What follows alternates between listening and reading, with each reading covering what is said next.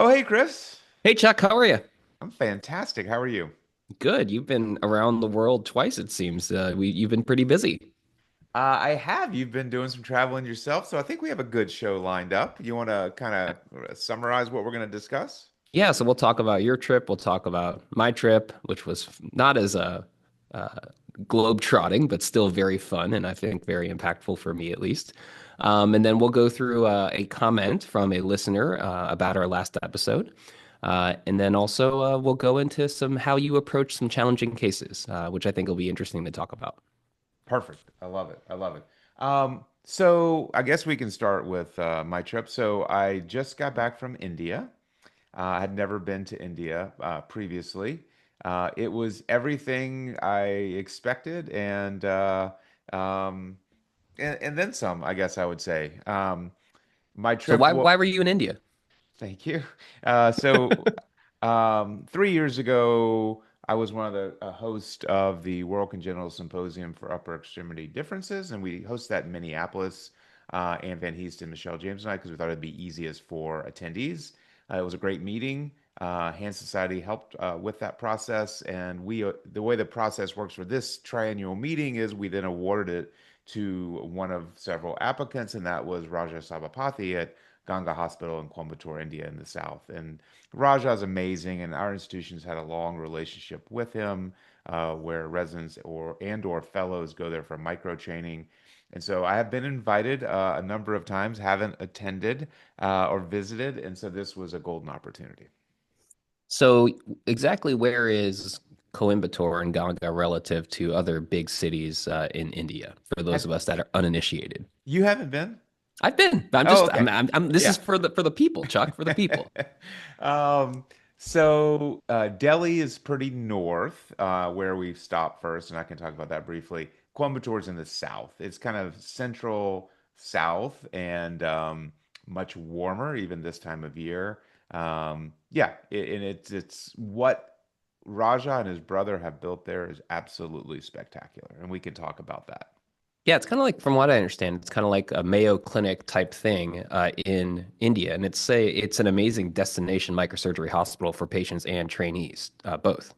That's right. Internationally recognized destination hospital that currently has 650 beds. They're expanding to 1,000.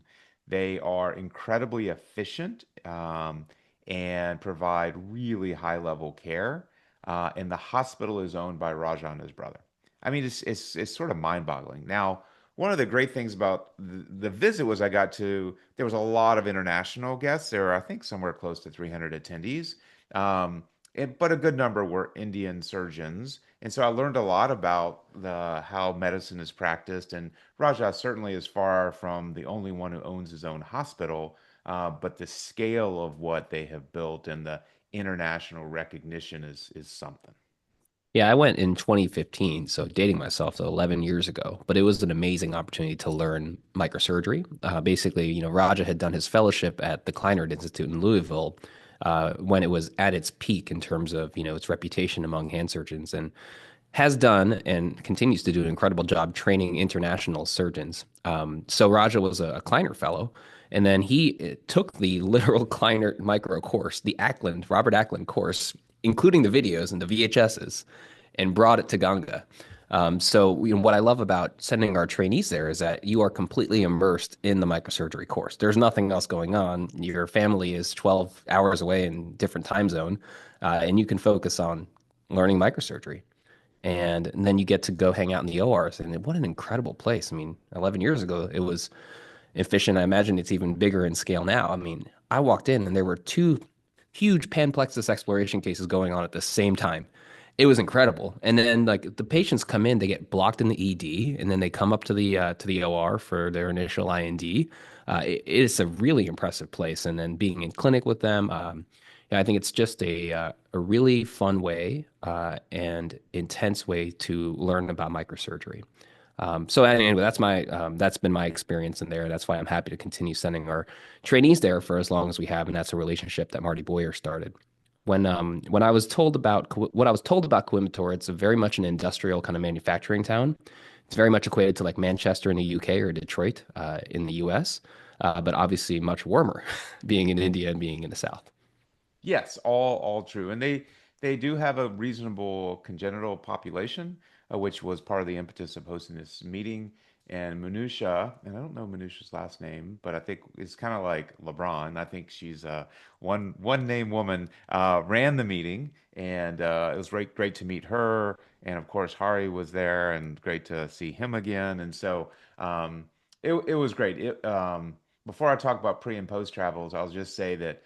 There was a day of surgery, really spectacularly produced. The quality of the video, et cetera, was unbelievable. And then there was 2.5 days of scientific content, which was very high level. Not that that's a surprise, but really, really good stuff, good conversation. Yeah, fantastic meeting. I'm sure you ran into quite a few podcast fans. Is that my understanding? There were a few, yeah. They took some pictures, shared some love. Obviously, they're more my people than your people because they're congenital. They ask for more congenital on the pod, which we need to oblige them.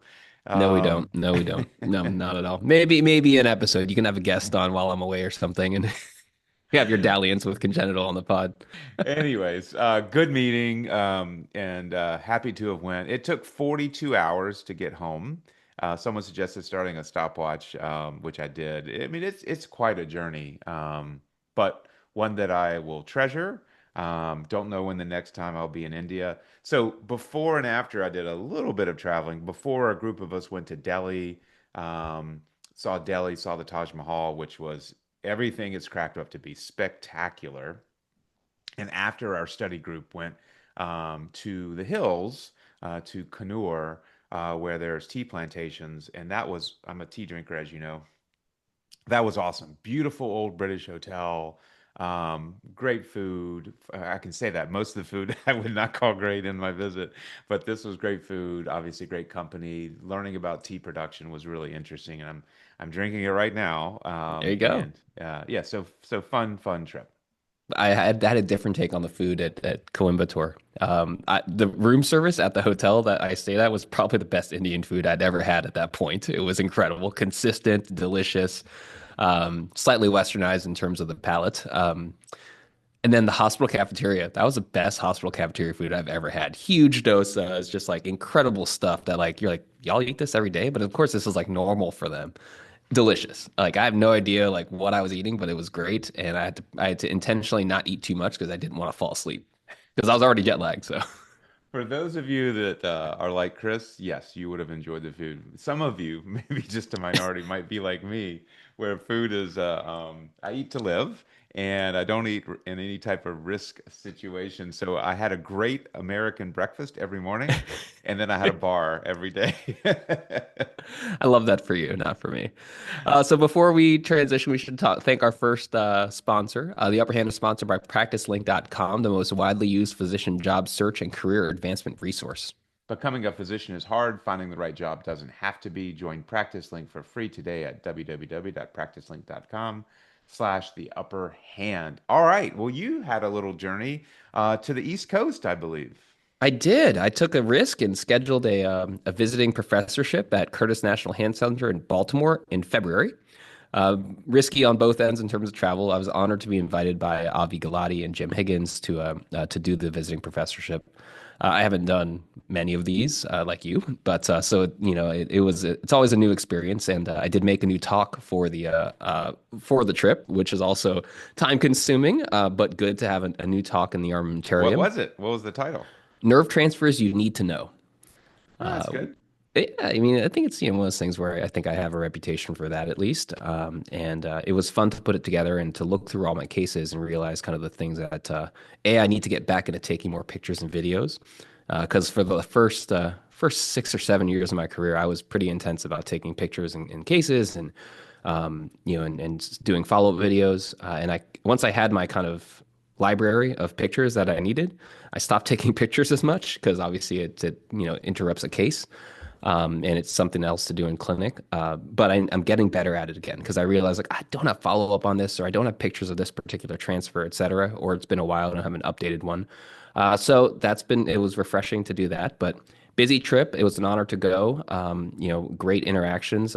They are one of the places that puts you to work. So I was admittedly putting the final touches on my talk on the plane, and I had not read all of the Journal Club articles yet, so I was reading those as I was deplaning and in the taxi to the hospital.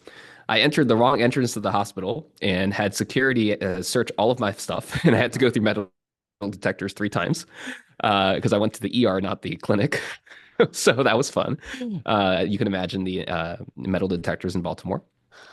And then had a great day. Launched right in. I heard some case presentations from their fellows who are very sharp, and talked about cases with them. And did a lecture, and then went right into a kind of a networking lunch, which was fun with their fellows and their faculty. Did a hour and a half or 2 hour live dissection of the plexus. Total rookie move. Did not bring my loops. Even though I Oh saw my lab on, yeah, God. oh yeah, total rookie move. And of course, obviously we talked about playing an away game, not to the extent that you did, but it's a little different. A beautiful lab, incredible resources at Curtis in terms of education, such a huge dedication to fellow education there. But yeah, then as I'm dissecting the plexus, it decides to hide on me. I'm dissecting in front of probably 30 trainees. So couldn't find it in the neck right away, which I felt like obviously less than ideal circumstance. Called an audible and went in for clavicular, found it there, and then used it to trace up. It was a good lesson for all involved. That even with loops on, maybe I would have made that misadventure. But and then once I got rolling, it was fine. But it was just that initial 15 minutes. I was like, oh my God, what am I doing here? But it was super fun, and we did all the transfers that we had talked about in the lecture, and kind of went through that with their fellows and residents. So that was great. And then did another lecture, and then they have a really interesting session where they bring in some complex patients, and that was really interesting. And I learned a lot in watching the Curtis faculty interact, and they asked my opinions on things. And I think that we definitely approach things differently, it was refreshing to see different perspectives because obviously being in St. Louis, I kind of, we all have different perspectives, but this was pretty drastic in terms of how different things were over there.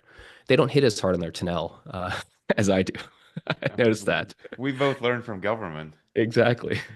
And then capped off with the Journal Club, which was great. Beautiful event. They do a citywide Journal Club once a month, in which there was a lot of podcast love from a table of hand therapists, which was incredible. And then there was some podcast love throughout the day with some of the residents and fellows. So really a really fun trip. It's nice to get out of the bubble and kind of see how things are done elsewhere. And they really, it's an incredibly well known place. And one of my mentors, Dr. Weiland, had trained there and then went work there. So it's really good to see those stomping grounds.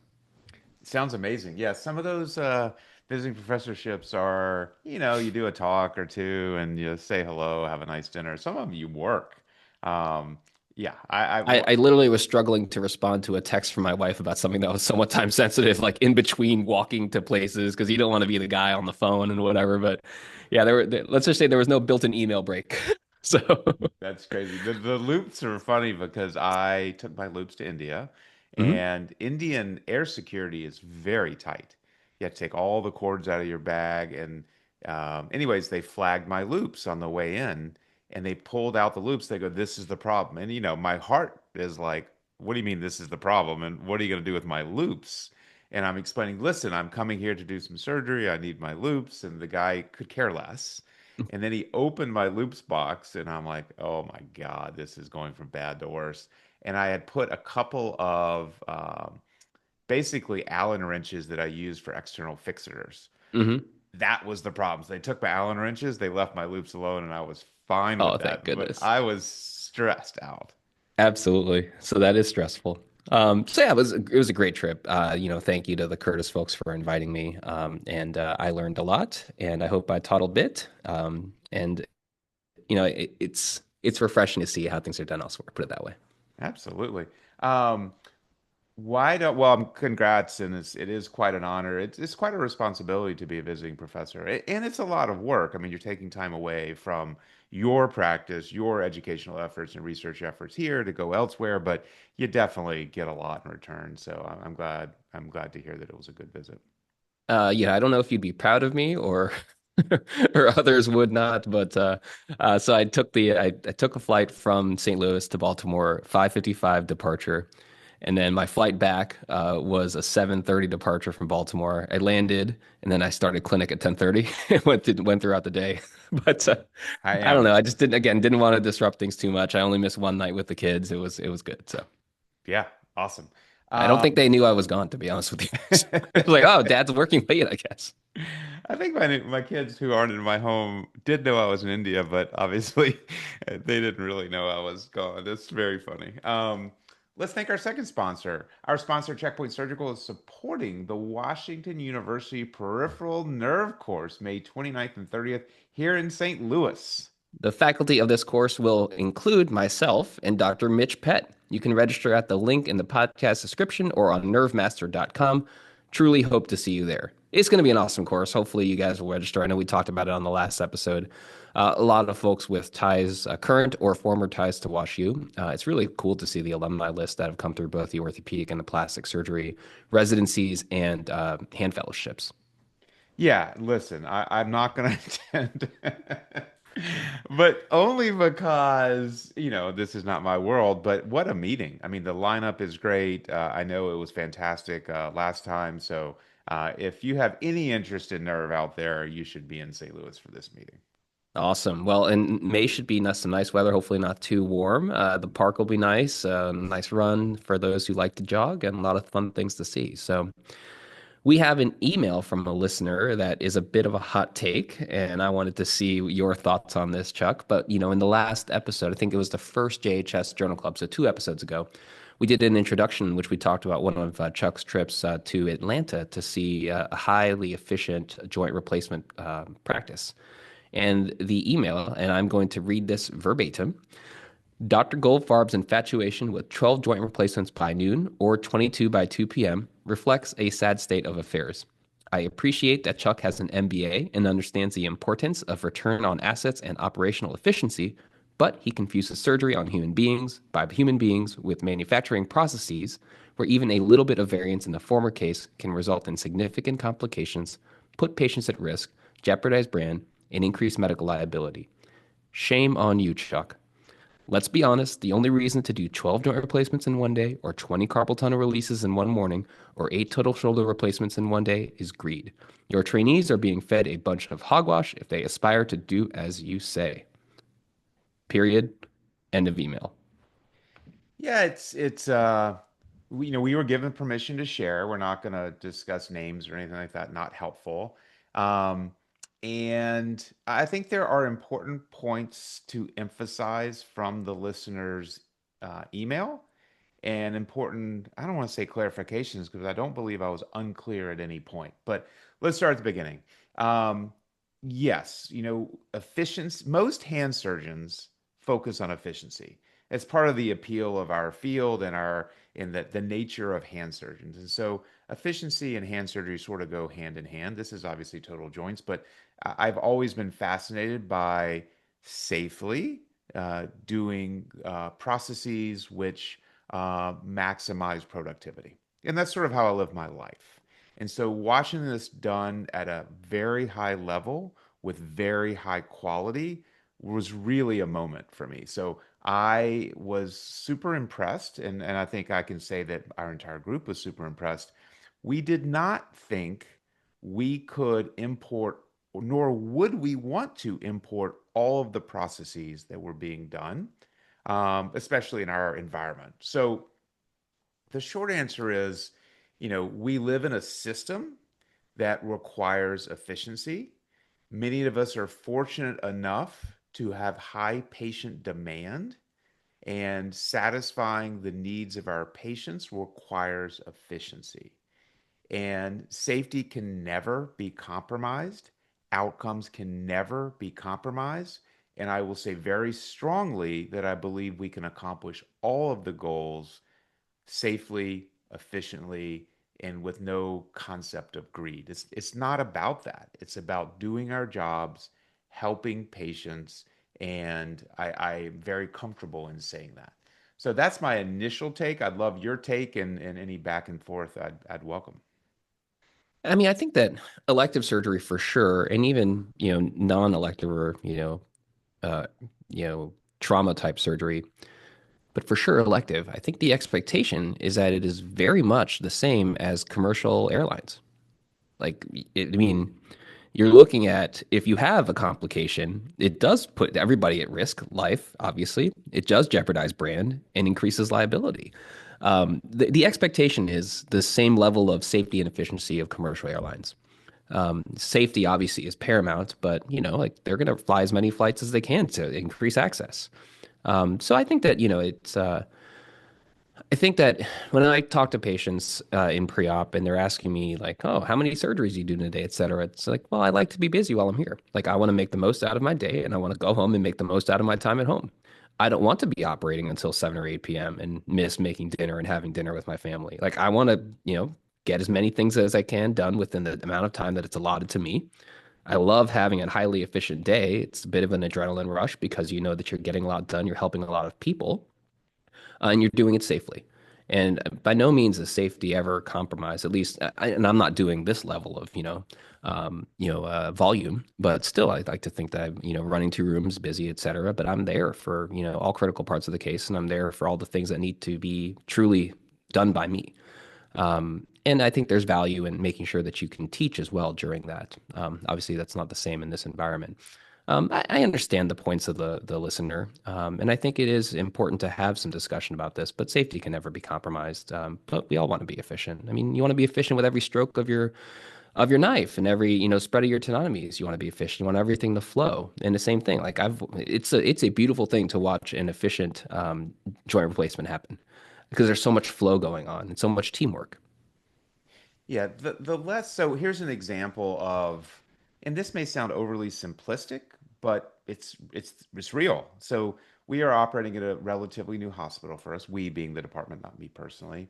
And I had a good discussion yesterday regarding turnaround times and how they measure those and the like. And then I asked the question of, well, what is your in-room to cut time? And that couldn't be answered. Um, their turnaround times were not great, but they weren't terrible. But I subsequently learned that the in-room to cut time was limited by anesthesia processes, which required in-room blocks, not blocks prior to rolling to the room.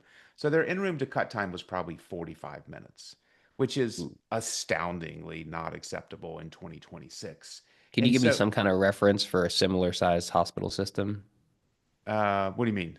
like one of our other hospitals? Oh, this is a major hospital. Um, What what would be an in room to cut time at like? Oh, well, good point. I don't think we're any kind of standard for that, but I would say at our joint hospital, I would think that time is 15 minutes Yeah. in a very kind of good process day, as opposed to the 5 minutes in Atlanta, which is optimized in every regard. 15 to 20 minutes is probably real for a joint replacement, and we're looking at 40 to 45 minutes. And um, it's just an example of what we can learn from others who have thought about processes, who really focus on time management. And listen, if we're not thinking about how to be more efficient, if we're accepting of inefficiencies, we're doing no one favors. And it's not, has nothing to do with greed. I don't think about my paycheck. And honestly, none of this affects my paycheck. So to suggest that there's greed for me in these processes or trying to optimize processes is inaccurate.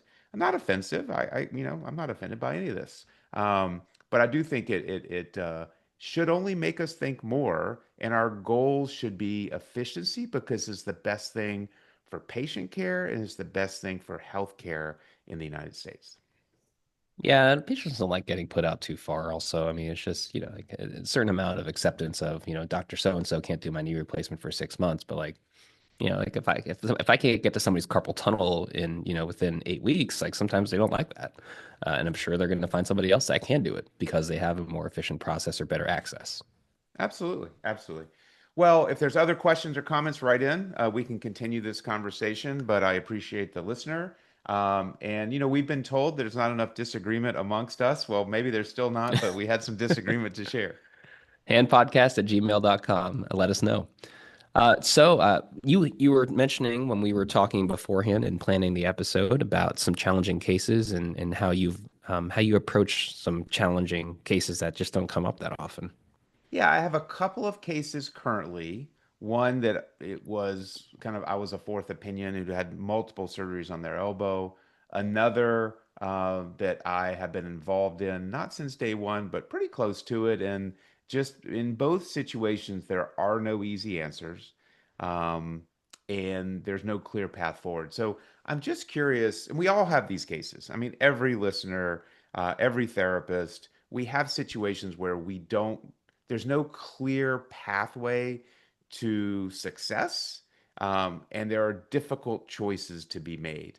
So, when you're confronted with these situations, kind of what are your steps to try to do everything in your power to provide a difficult situation the best possible outcome? I'm thinking about a couple of cases that have, for patients that have traveled to see me from out of state. And you obviously have a heads up on most of the time on those cases. So trying to look through records ahead of time and seeing whether it's really worth the patient coming in because you don't want to waste somebody's time and obviously the expense that comes with that. And I'm thinking about a couple challenging cases in which one of them had had a surgery in the past for a different reason, had a trauma, and then had a nerve released. And I kind of looked at the op note and I wasn't quite in agreement with how things were done. So I kind of braced myself for already having to do a big revision surgery on that patient, but knowing that pain was a big component, there's a lot of crepe that's late. There's a lot of expectations counseling, very realistic. As much as you want to be, lack of a better term, the savior to this patient, I think that being very much open about, potential outcomes, as well as your experience with it is helpful. Because the second case that I'm thinking about is somebody who was referred by one of our former partners who is now in a different state and had asked me to see this patient for something I've never treated before. That is nerve related. And I told him, I said, "Hey, I've never taken care of this. Here's what I think I would do. Here are the blocks I would get ahead of time, et cetera." Patient comes in, and we organize a nice process for this patient in terms of getting the blocks and the testing done, et cetera. And then, they ended up coming back for surgery for something I'd never done before. So there was obviously a lot of homework that was done. There was discussion with partners, which I think you'll probably talk about as well. It's fun when you have an interested trainee on service. You kind of say, "Hey, here's a science project for us. Let's do a book report." I had to look for nerve branches I'd never seen before. And from what I hear, this patient is doing well at this point. But yeah, it's always a challenge. And just being very clear, like, "Hey, I've never done this before." I have a lot of principles based on other surgeries that I've done. I'm very familiar with the anatomy in this area, and I will do my preparation to make sure that I am ready for you on that day.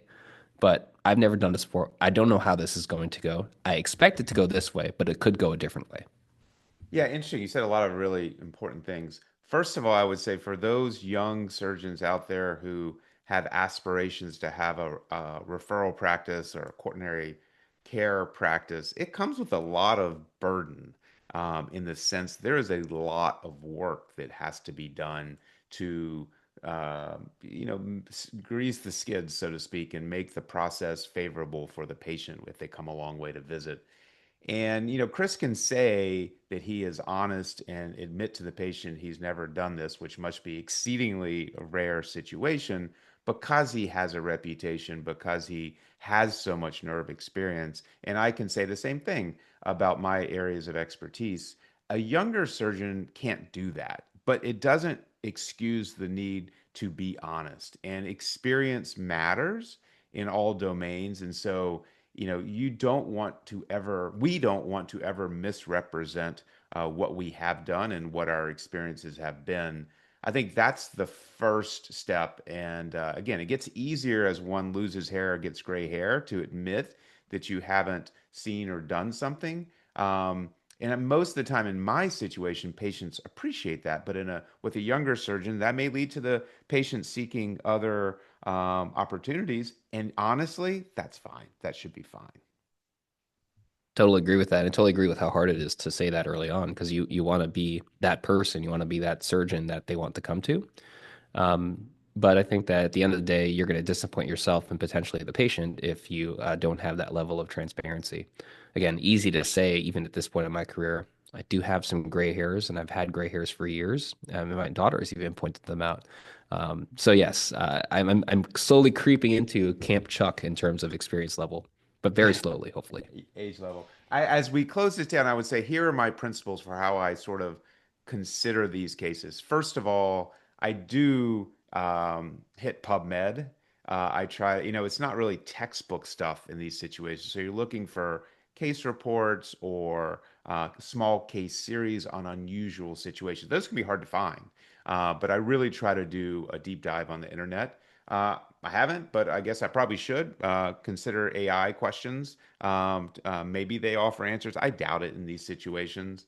Trusted partners who have either A, general experience or B, subspecialty expertise in the area of concern.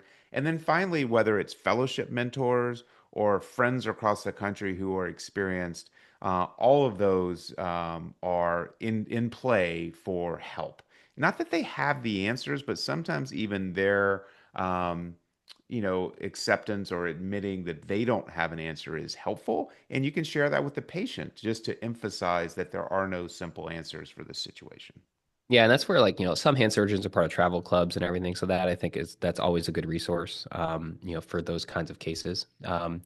You said something interesting about using AI. I haven't used open evidence before, but I know our residents and fellows love it. And I think that's probably a potential source. And then the last thing I'll say is that, we tend to, at least in the academic places, we tend to say, oh, you need to do high level, clinical prospective research. But there is value in the small case series. There is value in the case report for this exact situation of somebody may not come across this when they're reading their print journal or looking on their email, but if somebody's searching for something and they find your case report, that at least is helpful to them.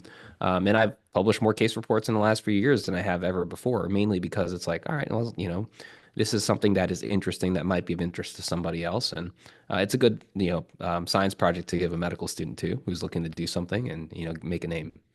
Yeah, love it. Love it. Well, we knew we weren't going to solve anything with this brief discussion, but hopefully it's helpful for those of you out there. And yeah, as always, this was fun. This was fun. If you have suggestions or requests for topics, email us at handpodcast@gmail.com, and we'll see you guys next time.